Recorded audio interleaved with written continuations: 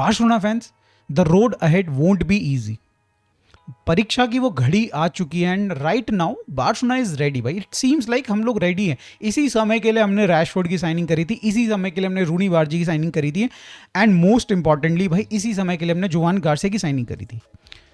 जिन लोगों को नहीं पता ये कंटेक्स्ट में किस बारे में बात कर रहा हूं, तो दोस्तों Raphinha and Joan Garcia injured हो चुके हैं।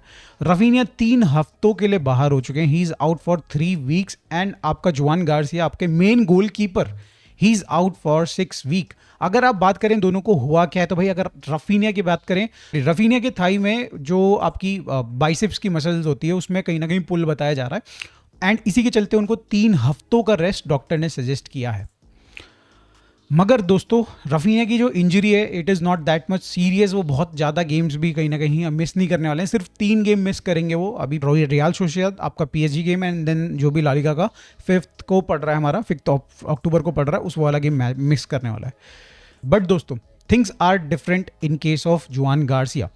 जोआन गार्सिया के केस में कहीं ना कहीं ये जो इंजरी है थोड़ी सीरियस है, serious in the sense not Gavi level serious, but Raphinha के केस के कंपैरिजन में भाई कहीं ना कहीं ज़्यादा सीरियस है।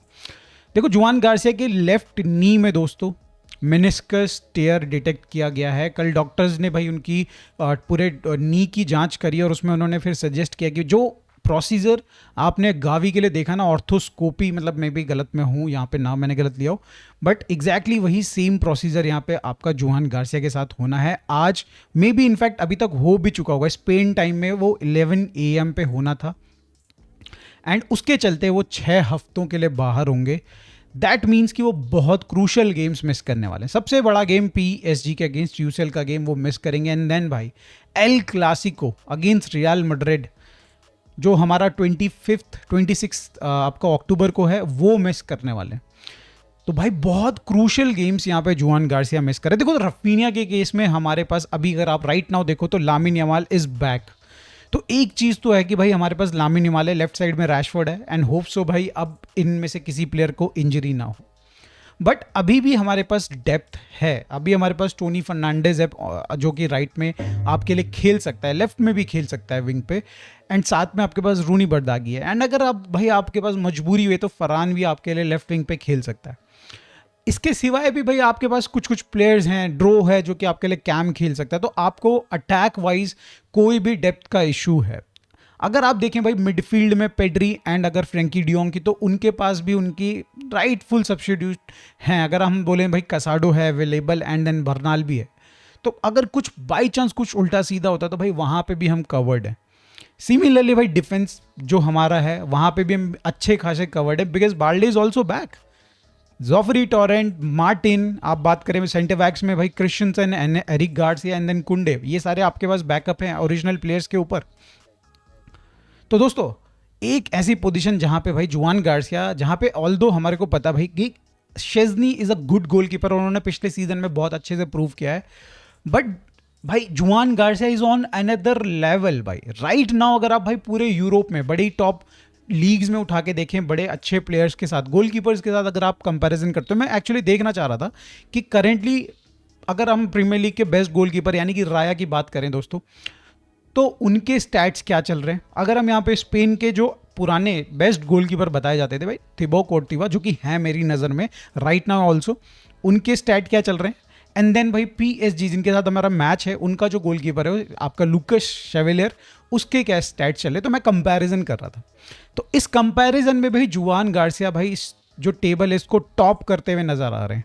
देखो दोस्तों ये चारों गोलकीपर्स एक दूसरे से डिफरेंट है, इनका अपना अपना रोल है। अगर आप देखें भाई यहाँ पे जोआन गार्सिया जो कि स्वीपर कीपर ज़्यादा है, साथ में अगर आप बात करें राया कि भाई वो कहीं ना कहीं बॉल प्रोग्रेसर और वो पासेस वासेस वाला गेम उनका ज़्यादा बेटर है।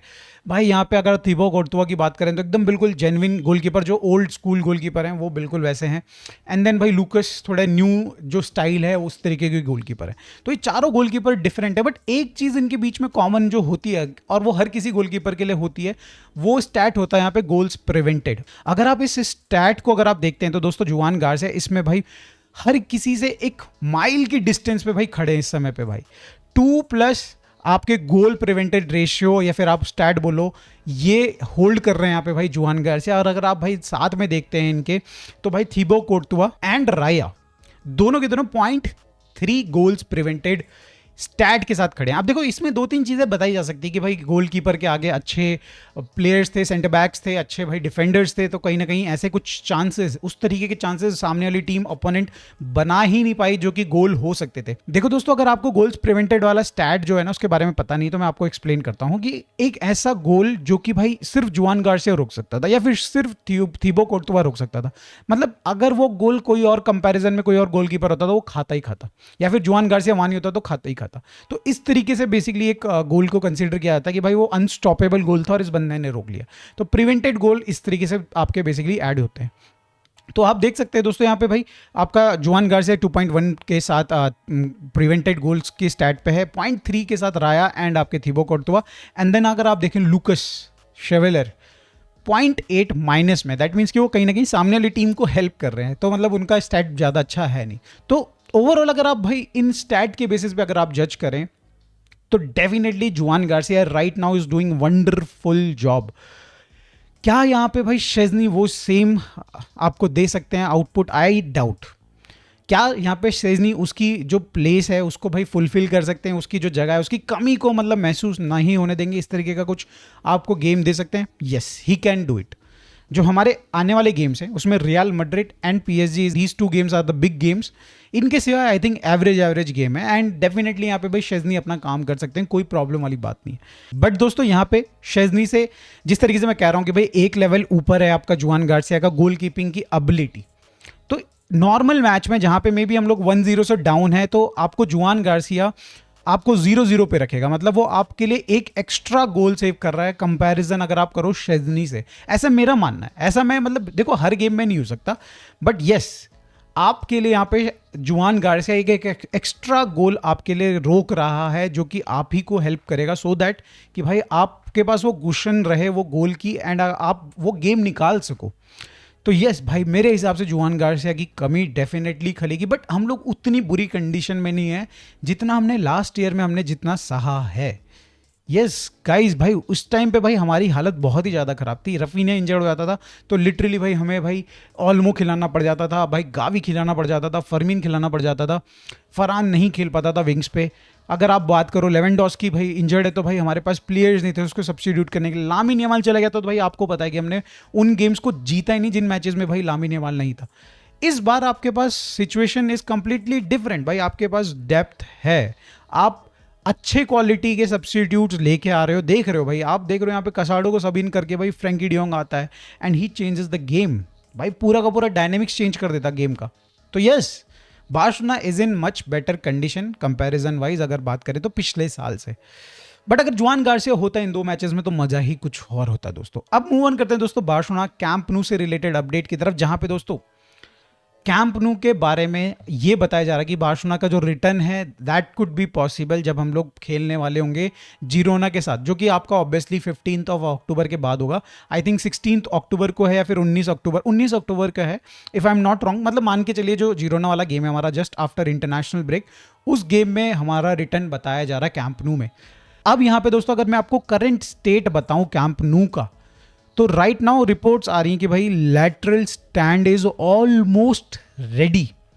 मतलब यहाँ पे बार्सिलोना उस ऑर्गेनाइजेशन को ढूंढ रही है, मैं नाम भूल रहा हूँ उसका, लैमैक की बात नहीं हो रही यहाँ पे, एक और ऑर्गेनाइजेशन है जो कि रिव्यू करेगा लैटरल स्टैंड का और वो उसके बेसिस पे एक सर्टिफिकेट देगा, कंप्लीशन सर्टिफिकेट देगा या फिर भाई कहीं ना कहीं रेडी करके एक कोई सर्टिफिकेट देगा, जिसको बार्सिलोना सर्टिफिकेट को जाके सबमिट करेगी सिटी काउंसिल में। ऑलरेडी हमने फेज A1 का जो सर्टिफिकेट है वो ऑलरेडी दे चुके हैं सिटी काउंसिल ने के पास एंड उन्होंने हमारा वो ऑलरेडी रिजेक्ट कर चुका है। But as per these reports बताया जा रहा है कि lateral stand is already ready या फिर बहुत क्लोज है बार्सिलोना उसको रेडी करने में।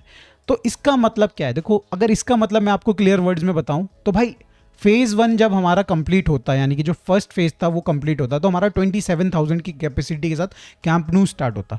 बट जो ये फेज़ 2 है जिसमें लैटरल स्टैंड है तो दोस्तों ये समवेयर अराउंड 45 से लेके 47,000 कैपेसिटी के साथ ये कंप्लीट होगा। एंड अगर भाई लोगों इसमें हमें सिटी काउंसिल की यहाँ पे अगर अग्रीमेंट मिल जाता है, वो सर्टिफिकेट मिल जाता है तो यस, तो भाई बार्सिलोना एक सिग्निफिकेंट पोजीशन में पहुंच जाएगी कैंप न्यू के टर्म्स में। 40,000 की capacity is a good enough, जहां पे भाई आप अच्छे नंबर ऑफ सपोर्टर्स को भी एक्सपेक्ट कर सकते हो कि जो आएंगे मैच देखने के लिए, एंड एक अच्छी कमाई भी आप यहाँ से कर सकते हो। मतलब बहुत बड़ा चंक ऑफ मनी जो अभी आपका वेस्ट जा रहा है, आप कमा सकते थे, वो आप डेफिनेटली यहाँ पे इंश्योर कर सकते हो। ये कंपेरेटिवली लैटरल स्टैंड का जो सर्टिफिकेट है वो कंपेरेटिवली लेना ईजी होगा, जो हमें फर्स्ट सर्टिफिकेट जो मिल रहा है, मिलने में प्रॉब्लम हो रही है उससे। ऐसा मैं क्यों कह रहा हूँ, देखो फर्स्ट सर्टिफिकेट के लिए आपको ना पूरे के पूरे स्टेडियम से रिलेटेड चेंजेस जो थे उसको रिव्यू कराया आपने भाई वो फायर एग्जिट से रिलेटेड जिससे प्रॉब्लम अभी सिटी काउंसिल को है उसका आपने रिव्यू कराया, वो फेल हो गया। आपने भाई कहीं ना कहीं 50 और चीज़ें यहाँ पे रिव्यू कराई होंगी, स्ट्रक्चरल एबिलिटी की भाई, जो कि भाई आपका जो स्ट्रक्चर है, आपका जो रिंग 1 रिंग 2 रिंग 3 बनने वाला है, क्या वो भाई वो लोड ले पाएगा कि नहीं ले पाएगा, वो सारी चीज़ें आपकी फेज़ 1 में ही कहीं ना कहीं डन हो चुकी होंगी।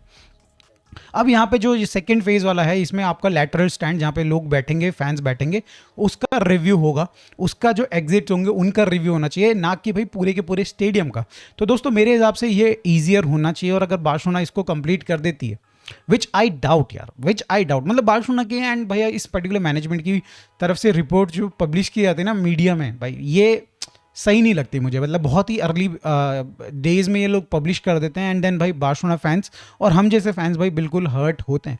बट देन भाई क्या ही कर सकते हैं, हमारे पास कोई ऑप्शन है नहीं, हमारे पास रिपोर्ट्स आती हैं, हम उसको पढ़ते हैं, हम we get excited, and then obviously उसके बाद फिर हम लोग सैड भी होते हैं। बट यस, अच्छी अपडेट है, अगर ये पॉसिबल होता है तो भाई कैंप न्यू एक, देखो 27,000 की कैपेसिटी अच्छी होती है, मतलब बार्सिलोना कैंप न्यू में खेलना is very exciting right. But उससे ज़्यादा एक्साइटिंग क्या होता है कि भाई 27,000 की कैपेसिटी कैंप न्यू में कितना दिखता है यार, बच्चे जैसी, मतलब लिटरली भाई खाली खाली सा लगता है। बट 47,000 यानी 47,000 की कैपेसिटी इज़ गुड इनफ। एक अच्छा रोर सुनने को मिलेगा आपको भाई जब आप फुटबॉल मैच देखोगे इन कैंप न्यू। तो भाई दोस्तों आई एम तो वेरी हैप्पी अगर ये हो जाता है तो। अब मूव ऑन करते हैं दोस्तों अगली अपडेट की तरफ, जो कि आ रही है पीएसजी से।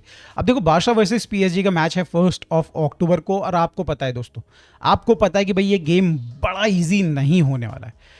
यहाँ पे भाई बार्सिलोना की इंजरीज की कोई कमी नहीं है। Juan Garcia is out, Raphinha is out, Gavi is out, Fermin is out. ये 4 important players are out from Barcelona की जो स्क्वाड लिस्ट है। बट साथ में अगर आप भाई पीएसजी की स्क्वाड लिस्ट देखो तो जहां उनको भी भाई मेजर इंजरी का सेटबैक है। Dembele will definitely not play this game, Marquinhos will definitely not play this game. और डाउट्स की अगर हम बात करें कि कुछ प्लेयर्स के भाई खेलने का डाउट है, तो उसमें से भाई यहाँ पे डेजरे डुए एक बहुत ही इंपॉर्टेंट प्लेयर उनके लिए, एंड सेकंड इंपॉर्टेंट प्लेयर यहाँ पे भाई बताया जा रहा है आपका जाओ नेवास। अब देखो जाओ नेवास डेफिनेटली भाई बहुत इंपॉर्टेंट प्लेयर है उनकी मिडफील्ड के लिए, और वो होगा तो डेफिनेटली बार्सिलोना को प्रॉब्लम होगी। बट यहाँ पे मैं डाउटफुल बोल रहा हूँ, देखो तो यहाँ पे खिलाया जा सकता है, चांसेस लिए जा सकते हैं। But what I think is भाई, मतलब अगर हमारा देखो लामिन यमाल अभी रेडी हो चुका है, जैसे कि मैंने आपको रिपोर्ट में बताया, 2 उसने training session with team already attend कर दिए हैं, इंक्लूडिंग बाल्डे। इन दोनों प्लेयर्स ने 2 सेशन कर लिए हैं। आप बात करो रियल सोसाइटी का गेम कल है, आज का वो सेशन और अटेंड करेगा, और रियल सोसाइटी का गेम वो मे बी खेल सकता है। 1-2 और ट्रेनिंग सेशन होंगे आपके यहाँ पे बार्सिलोना के, तो ऑलमोस्ट वो 4-5 ट्रेनिंग सेशन कर चुका होगा। एक 15-20-25 मिनट का गेम भी खेल चुका होगा अगेंस्ट रियल सोसाइटी। तो यहाँ पे आपका कहीं ना कहीं यहाँ पे भाई रेडी होगा Lamine Yamal. On the other and भाई आपका यहाँ पे जाओ नेवास के लिए वो डाउटफुल है भाई, वो क्या अगला गेम यानी कि जो वीकेंड में पड़ने वाला है क्या वो खेलेगा, इसमें भाई पीएसजी डाउटफुल है। तो ऐसी सिचुएशन में भाई बेवकूफ़ी नहीं करनी चाहिए कोच को, मैनेजमेंट को। भाई अगर प्लेयर नहीं खेल पाता है और उसको भाई डायरेक्टली गेम में आप डालते हो, ट्रेन नहीं करता है, तो हमने तो देख लिया भाई स्पेन के अगेंस्ट जब लामिन यमाल ने किया उसको भाई इंजरी हो गई है। तो ऐसा होना नहीं चाहिए, तो इसीलिए मैं कह रहा हूँ कि डाउटफुल वाली सिचुएशन है। बट भाई अगेन डेम्बेले का ना होना is very good news for Barcelona, bad news for obviously football. But हमारे भी भाई प्लेयर्स इंजर्ड है, तो दैट मीन्स कहीं ना कहीं थोड़ा सा बैलेंस आउट होना चाहिए था, एंड आई थिंक फुटबॉल ने खुद को बैलेंस आउट किया है, एक अच्छा मुकाबला होने से बचा लिया भाई इतनी सारी इंजरीज जो हो चुकी हैं। एंड यस भाई यहाँ पे भाई अब दोनों टीम्स में से अगर जो भी टीम जीतेगी वो ये नहीं कह सकती कि भाई we are the better team, because maybe यहाँ पे भाई अगर आपका जुआन गार्सिया होता, यहाँ पे रफीनिया होता, यहाँ पे बाकी प्लेयर्स होते, फर्मीन होता, गावी होता, तो situation could have different. Similarly अब अगर बात करो कि भाई पीएसजी के लिए कि आपका यहाँ पे डेम्बले होता, जाओ नेवाज होता, मार्किनोज होता एंड डेजरे डुए होता, तो भाई और ज़्यादा बेटर गेम खेलती यहाँ पे। तो यस भाई हमारे साथ मतलब फुटबॉलिंग वर्ल्ड के साथ रॉबरी कर दी है यहाँ पे भगवान जी ने, बट क्या ही कर सकते हैं राइट। बट दोस्तों खैर ये सब चीज़ें तो लगी रहती हैं। अच्छी बात यह कि दोनों टीम्स के लिए इनिशियल फेज में आया है भाई, अभी बहुत अर्ली है फुटबॉल, तो यहाँ पे अगर कुछ होता है तो भाई प्रॉब्लम नहीं है। बट अगर नॉकआउट फेजेस में ये प्रॉब्लम आती हैं, इंजरीज आती हैं, तो दोस्तों कोई भी टीम का जो उनका सीजन है वो डेफिनेटली डीरेल होने से कोई नहीं बचा सकता। वीडियो अच्छी लगी हो तो लाइक कर दीजिएगा, चैनल को सब्सक्राइब कर दीजिएगा। Bye for now, take care.